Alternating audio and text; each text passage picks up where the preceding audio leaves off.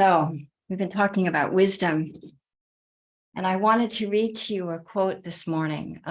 It's one of my favorite quotes from wisdom, and partly because wisdom is the kind of quality that's actually hard to capture in words. It is more nuanced, it's more subtle, and it's kind of hard to define. And somehow this quote, it's from Proust, and this quote really captures it. So I'd like you to settle on back and let me just read it to you, and then I'll talk about it, okay? Okay.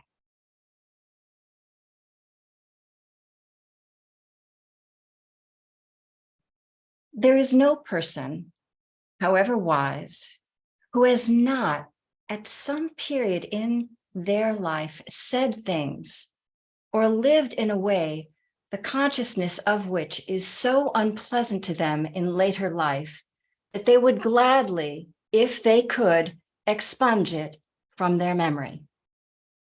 And yet they ought not entirely regret it, because they cannot be certain that they have indeed become a wise person. For as far as it is possible for any of us to be wise, unless they have passed through all of the fatuous and unwholesome incarnations by which that ultimate state must be preceded.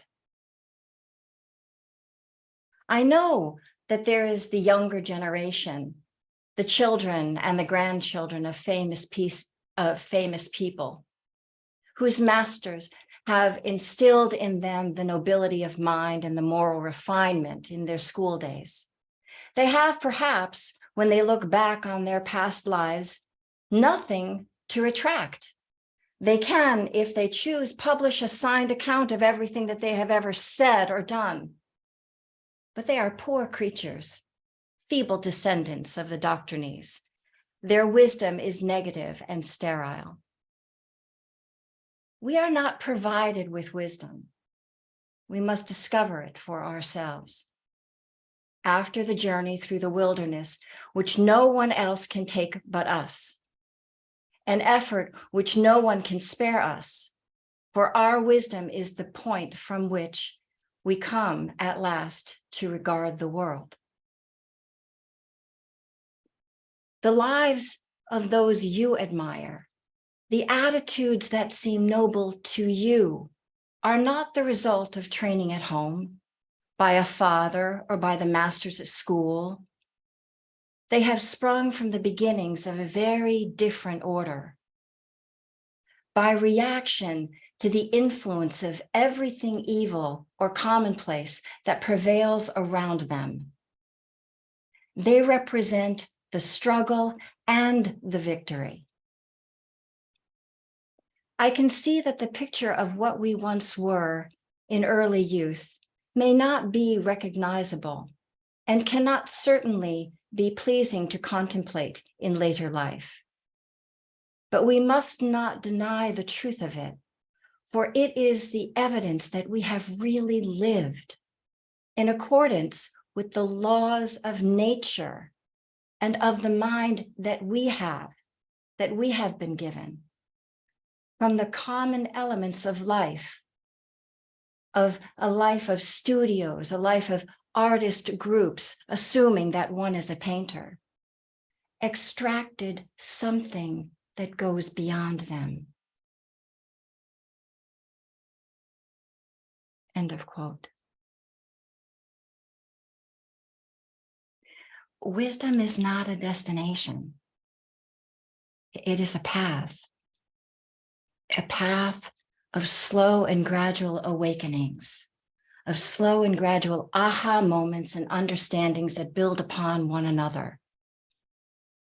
It is conditioned in by all of the experiences of our life, all of the bumps in the road, all of the detours, the scraped knees, the broken hearts, the seeing the results of our opinionated judgmentalness, our tendencies toward extremes, and slowly feeling our way back to center.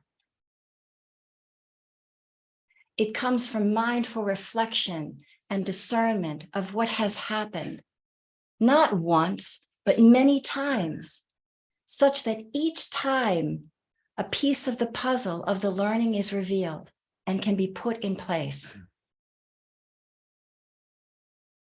As we get older, we have the gift of age that can, if we are lucky, be a measure of wisdom for the trials and tribulations that we have lived through and that have prepared us for the ones yet to come.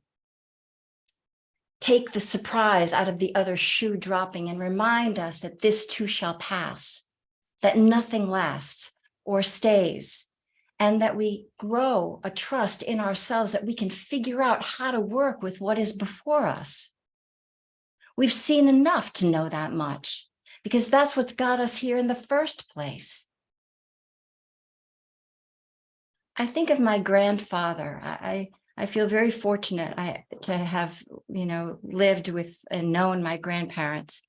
I think of my grandfather in his workshop with his arthritic hands fixing something old and broken, but still useful, taking his time, puzzling through the problem, trying this way and that way and failing before coming to fix it, but not getting frustrated or irritated, just slowly trying one thing after another.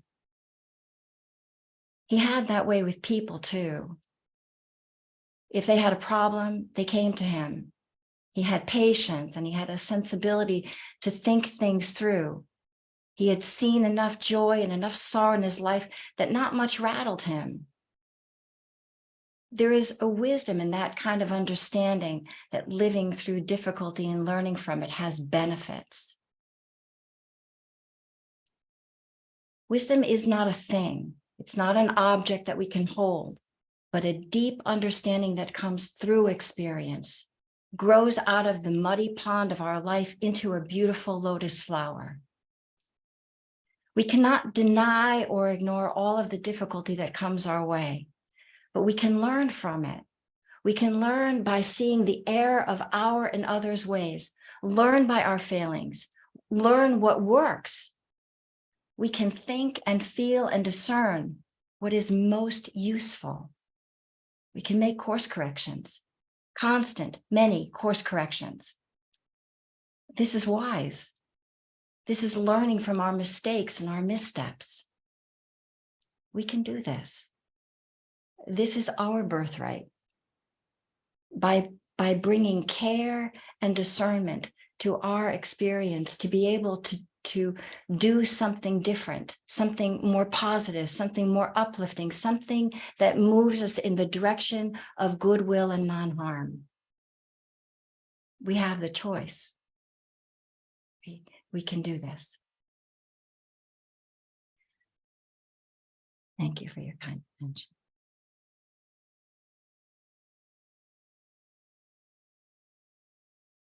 All right, that was a lot. So just let's take the next few minutes, feel into the body, see what the body needs, open it up, give it some loving attention at whatever hour of day this is.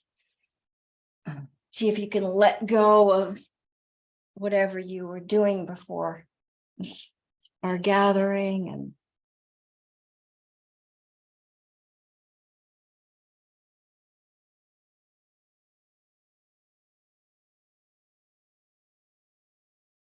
nice full inhalations, nice full exhalations as you move the body around.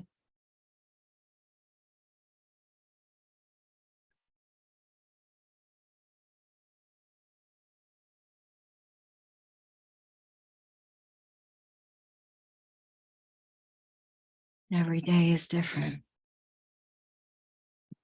The wisdom of knowing that. So give the body what it needs right now as we settle into stillness. Give it the supports it needs. This is wise. This is kind.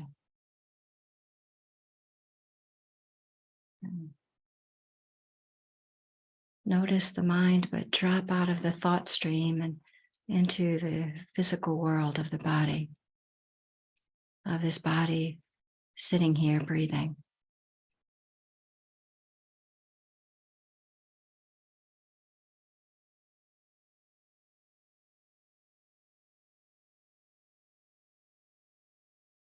And maybe take a few deeper than usual inhalations and deeper than usual exhalations to open up the breath body. This is a wind instrument. And then let the breath find its own rhythm.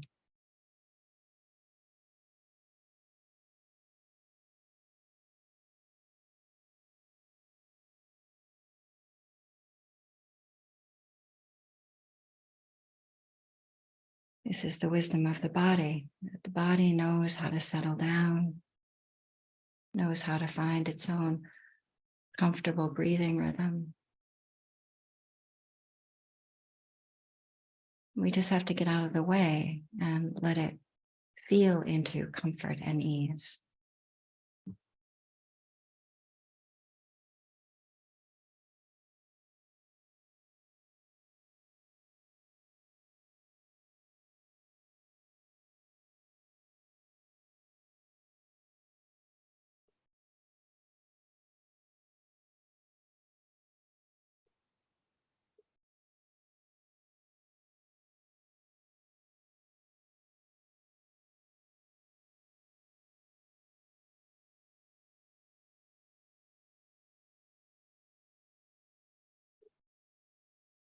And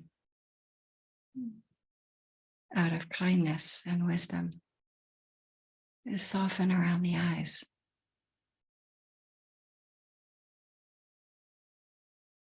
The forehead, around the face, and let the jaw go lax.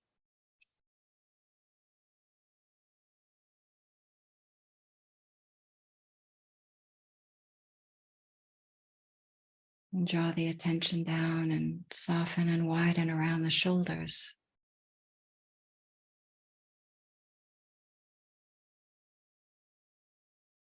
And draw the attention down the arms and let the hands come to rest wherever they are.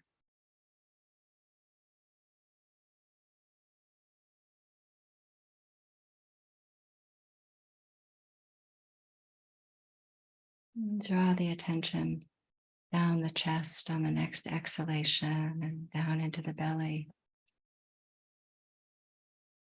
And let the belly be soft.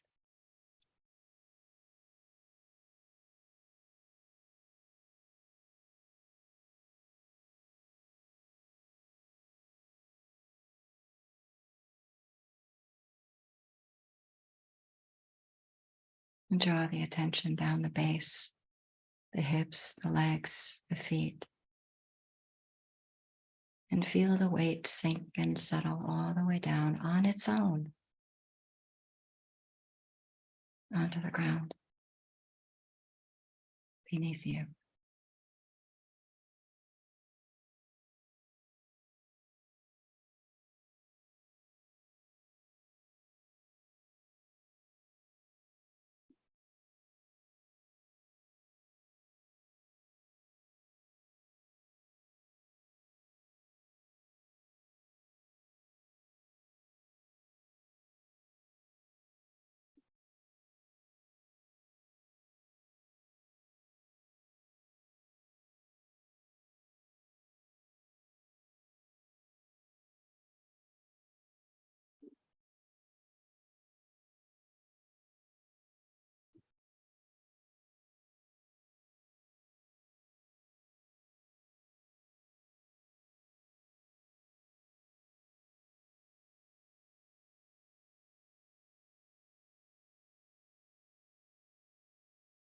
Now feel into the attitude.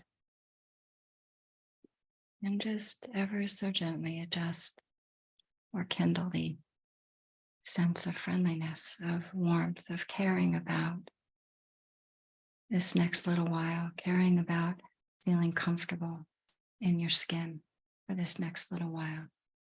Stay out of the mind and just keep letting the organism wisely let go of the tension it can let go of.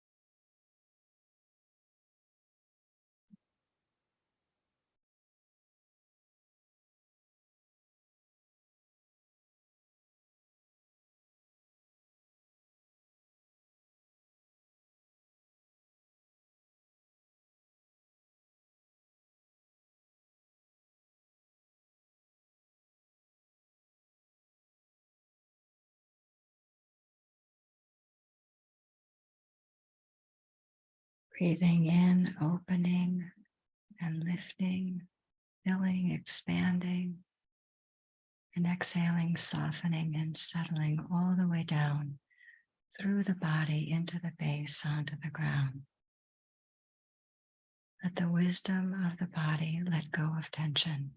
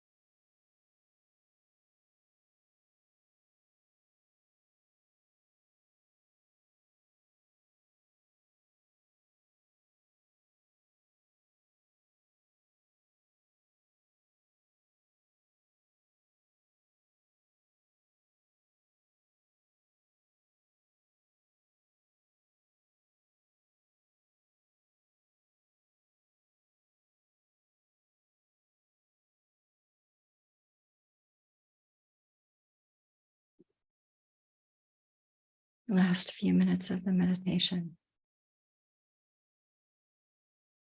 Breathing in and feeling into the experience of sitting here.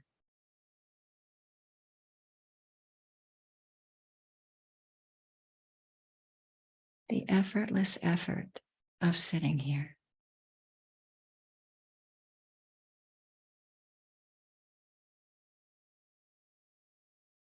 That's how the ground underneath is holding you.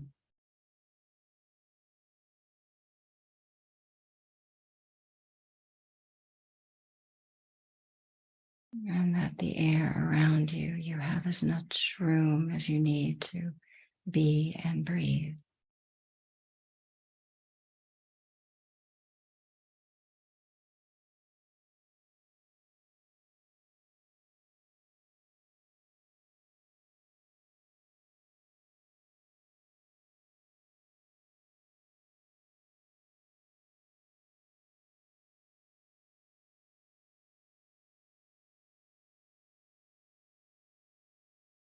Now open the aperture of attention and sense all of us sitting here with you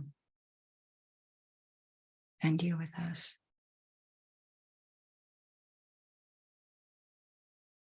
Alone together, sitting on the same ground and breathing the same air.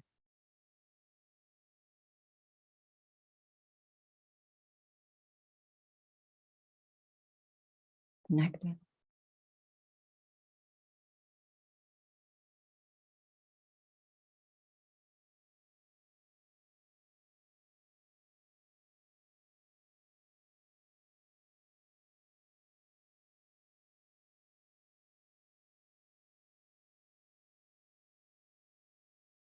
Thank you for making space for yourselves and each other.